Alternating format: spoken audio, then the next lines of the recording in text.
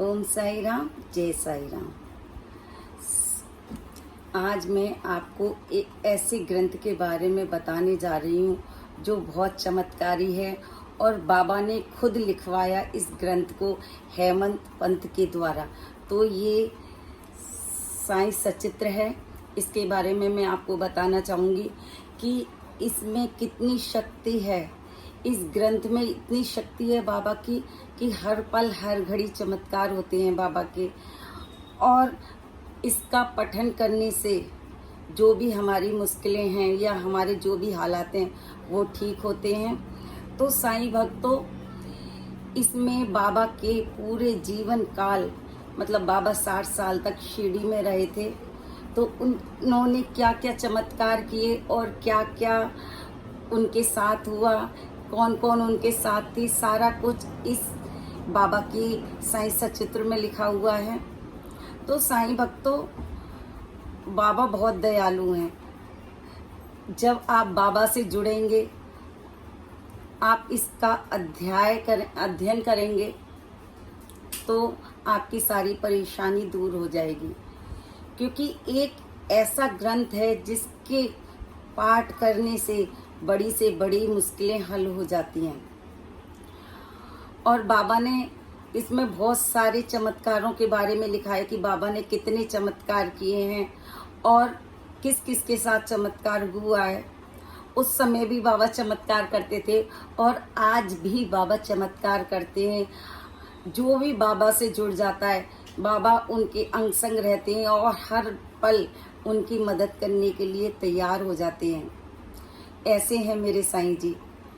तो साईं भक्तों, अगर आपने इस ग्रंथ का पठन नहीं किया है तो आप इसका पाठ करें। आप अगर आपके कोई हालात अच्छे भी हैं फिर भी आप इसका पठन करें, क्योंकि ये एक बाबा की चमत्कारी बुक है और बाबा ने इसमें अपने बारे में सब कुछ लिखवाया है। तो मैं यही चाहूँगी, मेरे साथ भी बहुत सारे अनुभव हुए हैं इस सचित्र के बारे में। तो बाबा हमेशा कहते थे कि अन्न दान करो, कपड़े दान करो, जिसके पास पहनने के लिए नहीं है उसको कपड़े दो। आप जो भी गरीब हैं या जिसके पास खाने पीने के लिए नहीं है और अगर आपके पास हैं तो आप दान करो, क्योंकि बाबा हमेशा कहते थे, बाबा भिक्षा लेने जाते थे, हर लोगों के घर घर जाते थे, लेकिन बाबा भिक्षा नहीं लेते थे। बाबा लोगों के दुख लेते थे, दर्द लेते थे। बाबा हम भक्तों की जितनी भी प्रॉब्लम है अपने ऊपर ले लेते थे। इसमें बाबा के ऐसे ही चमत्कारी बहुत सी बाबा की कथाएं हैं। जैसे फर्स्ट अध्याय में बाबा ने हैजा के बारे में लिखा है कि जब शिरडी में हैजा हुआ था, महामारी हुई थी, तो कितने आदमी, कितने वहाँ पर लोग थे जो बहुत बीमार हो गए थे, लेकिन जो बाबा के भक्त थे वो सारे बच गए। और बाबा ने वैसे भी सबको बचाया। शिरडी में बाबा ने चक्की पीसी और चक्की में आटा निकाला और वो पूरी शिरडी में बाबा ने दवाई के तौर पे सारी शिरडी में बिछाया। तो वो हैजा तक महामारी चली गई। तो ये क्या है, तो आज भी हम कोरोना के चक्कर में फंसे हुए हैं, लेकिन मेरे साईं जी जो हैं, जो इसका पठन करेगा या जो भी पाठ करेगा उसके निकट कभी कोई कष्ट आ ही नहीं सकता, क्योंकि ये मेरा अनुभव है। मेरे साथ भी ऐसा अनुभव हुआ है, क्योंकि मैं बहुत ज़्यादा बीमार रहने लगी थी काफ़ी टाइम पहले। तो मुझे समझ में नहीं आ रहा था कि मुझे हुआ क्या है। कोई डॉक्टर मेरी बीमारी समझ ही नहीं पा रहे थे। बार बार मेरी तबीयत बहुत ख़राब हो रही थी, बच्चे भी परेशान हो रहे थे कि मम्मी को क्या हो जाता है। एक दिन कोई बड़े डॉक्टर आए, मैं तो यही कहूँगी कि बाबा का ही रूप था। तो उन्होंने मुझे किसी डॉक्टर का नाम बताया कि आप वहाँ जाओ और उन डॉक्टर को दिखाओ। उन्होंने उनको खुद फ़ोन किया और मुझे वहाँ पर ले जाया गया।